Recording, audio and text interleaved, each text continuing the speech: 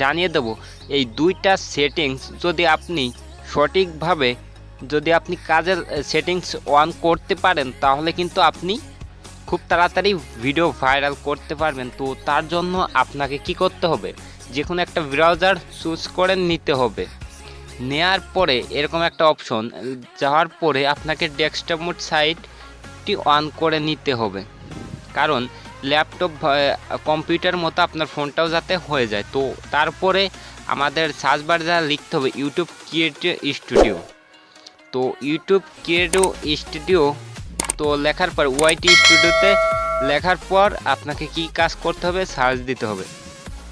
দেওয়ার পর এরকম একটা ইন্টারফেস চলে আসবে। দেখেন দুইটা অপশন দেখা যাচ্ছে, কিন্তু দুইটা ভিডিও থাম্বনেল দেখা যাচ্ছে। তো প্রথম ভিডিওর থাম্বনেলটা হলো আপনার চ্যানেলে যে প্রথমবার আসবে সেই ভিডিওটা দেখবে।